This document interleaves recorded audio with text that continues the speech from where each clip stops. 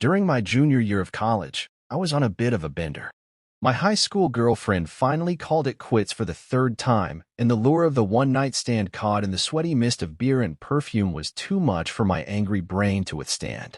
I was a decent-looking guy back then, built tall and broad with pale eyes that more than one girl compared to seafoam. I also carried a forlorn look about me that was not entirely calculated, and so it took minimal effort for my reptilian brain to wire the right coordinates towards the triangular patch so coveted by many. In other words, I was a bit of a douchebag. Time blurs the journey from cocky frat boy to settled husband, and I can't outline all the steps for you. But there was perhaps one night that stood out amongst the others. It was a Friday or Thursday, I can't recall, but I was attending some smoke-filled stage on Halloween night where the lights dimmed the caked-out flesh and smoothed them into blank faces and bodies. I had met a girl, a nice slip of a thing with purple-dyed hair and thick mascara to match. But underneath all the clownery, I could see she was beautiful, and that intrigued me. Sometimes you get hot, sometimes you get cute or fine, but you rarely get beautiful. The night had ended, and I generously agreed to walk to her back to her home. That was odd, I remember, that she lived with her parents who happened to be near campus. But no matter, arm in arm we swayed through the peaking lights, her one arm settled so lightly on mine. Bethany, she had whispered in my ear, and my swoony brain tried to keep this name adair. At some point we redirected ourselves and conveniently were placed outside of my single. I glanced over at Bethany and realized with some annoyance that she was in no state for shenanigans. No, though her eyes were bright with drink and adrenaline, her head was drooping down. Fine, be it as it may. I was a bit of a douchebag, but I was not a rapist. I tried to get her to tell me where she lived, but she was starting to doze. And so we found ourselves in my bedroom at 2 a.m. Good intentions, I swear. The buzz was wearing off on me too, and I was settling on a futon while the girl was safely in my box spring twin. Classy guy that I was. I had only dozed for perhaps a minute when I jolted awake. I glanced up to see Bethany sitting upright, combing her hair back with her fingers and muttering something to herself. I jumped up and sat on the bed, still safely away while taking a temperature of the mood. "Hey, you okay?" "Can't sleep," she said, which seemed incongruent with her state 5 minutes ago. "Can you stay up with me?" There was something in her voice, timid like a child knocking on her parents' door, which indicated the night would not take me the way I was hoping. Fair enough. I had snipped that cord of hope well before we even set foot inside the apartment. But what was this now, about staying up with her? "What do you want to do?" I asked. Her silence was prolonged and awkward. Through the dim light, I could just see her features, delicate with hair hanging down her face. Beautiful, remember? But also young and scared, and she reminded me a bit of my sister. There was a game we used to play, called the 100 Lights, and perhaps inspired by this I offered this option. We could tell each other ghost stories. Bethany glanced at me. "What do you mean?" I shrugged, a bit embarrassed already. Just something my sister and I used to do when we were kids. We called it the 100 Stories based on an old story. You were supposed to light 100 candles and take turns telling stories. After each story, you extinguished a candle, so that by the end, you were in pitch darkness. Then a real ghost was supposed to come. My paramour not to be glanced around. Well, where would we get 100 candles? I laughed. Well, obviously we didn't light any candles, but we improvised. We could start with the bathroom light, for example, then the desk lamp, and the overhead light, and so on. Kind of a fun way to end the night, no? And in the spirit of Halloween, okay, but on one condition. Bethany looked away. You have to draw the curtains tight. It was a bit odd, but it made sense, I suppose. I flicked on all the lights in my bedroom and drew the curtains tight over the window, guaranteeing pitch blackness when all was done. As I jolted the curtains shut, I glanced at 2 lampposts shining dimly in the misty night air.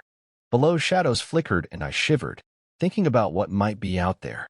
Somewhat invigorated by this new game, I launched into the first story, a classic about a boy who finds a tail and learns of the creature that it belonged to. After finishing it, I stood up and flicked off the light to the living room outside. The room was still bright, and Bethany, who was looking as sober as ever, smiled at me. Her story was refreshingly creepy, about a demonic cat that slowly killed off family members, one by one. I couldn't ever recall hearing it before. Upon finishing, she stood and walked over to my desk lamp, shutting it off. As she walked by, I caught a whiff of her perfume, and I marveled at how the theme of the night shifted so much. My turn. A story about vampires in a small town. I kind of cheated as it was based on one of my favorite stories by one of my favorite authors. Then Bethany went and told a weird story about a ghost that swallowed people's souls and turned them into lunatics. The details of this story escape me, but I remember it was more weird than scary. I finished my next story and was just about to turn off the last light, which hung over the bedroom, when Bethany pointed to my DVD player, still glimmering its time in the dimming room. At first, somewhat chagrined at being told about my own game, I complied. Bethany launched into yet another story about a giant who rose from the earth and killed a small boy. Much detail went into vivid descriptions of rending flesh and splattered guts, and if it were bright enough, she would have seen my mouth hung open. Okay.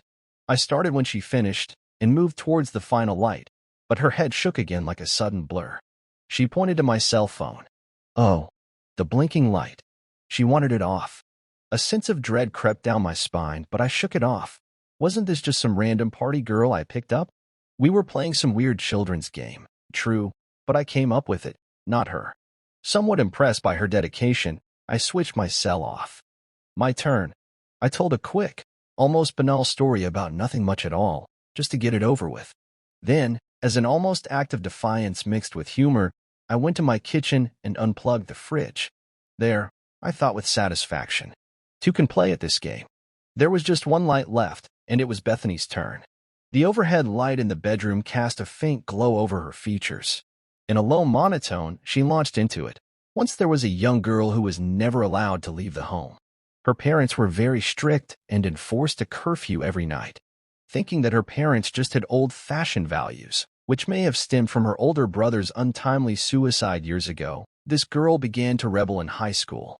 She would stay out longer and test her parents' limits, finally electing to spend one night locked in her science lab at school. When she woke up the next day, she opened the door to find her father waiting for her. To her surprise and somewhat horror, he had tears in her eyes. "Dad, what is it?" the girl asked. "Honey, it's time you knew." The father explained to the daughter that the reason they never let her spend the night away from home was because of what happened to the girl while she slept.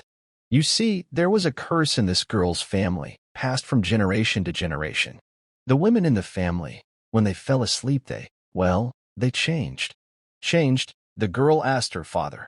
"What do you mean changed? We never really know what it is like when we sleep, do we?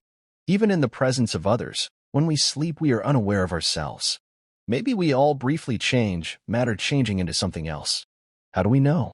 We are asleep." But, the father continued, some of us change for longer than that. We change into things that beget unspeakable horrors. The girl laughed. "Are you implying that when I fall asleep, I turn into some kind of monster, like a Medusa?" "I only wish," her father said. "We know what Medusa looks like. This is something more, something that has no words." At that point, he began to weep loudly, and for a second, the girl's incredulity was briefly shaken. She, of course, began to experiment. She set up a video camera at night. But every night, like clockwork, she would turn off the camera right before she fell asleep. She never remembered this, mind you. She just watched herself the next day get up and move over and hit the off button. It was as if whatever lived in her had a desire to survive, and so ensured it would never be caught. It was then the girl began to believe her father. One night, before bed, she knocked on his door. As she walked in, like a light bulb, she realized that her parents might sleep separately for reasons other than what she assumed. "Dad, have you ever seen Mom change?" Her father looked at her with wide eyes. "No," he whispered, "but your brother did." The girl never again stayed away from her parents' home. She always ensured she was in bed like clockwork, at a reasonable hour, away from the eyes of others. And so all were safe. As the story ended, Bethany looked at me. Wordlessly, she got up and flicked the last switch off. The room plummeted into a deep darkness. "Nice story," I wanted to say, but I found myself unable to speak. Bethany was silent, and I heard her yawn and lie down. Within a minute, I heard the rhythmic breathing of her slumber. I sat immobile in the dark. Somehow, the darkness seemed to deepen around the direction of my bed. I heard muffled breathing that grew deeper and coarser and felt something stir where Bethany was lying. It rustled and moved slowly in my direction. I wanted to move. I wanted to scream then, but nothing would come out. The rustling grew louder, and I felt the sheets of the bed slide off. And then, just as abruptly, the rustling slowed and stopped. The coarse breathing also abruptly ended. There was dead silence. My hand twitched towards the light switch, but I otherwise sat still. It would be hours until morning.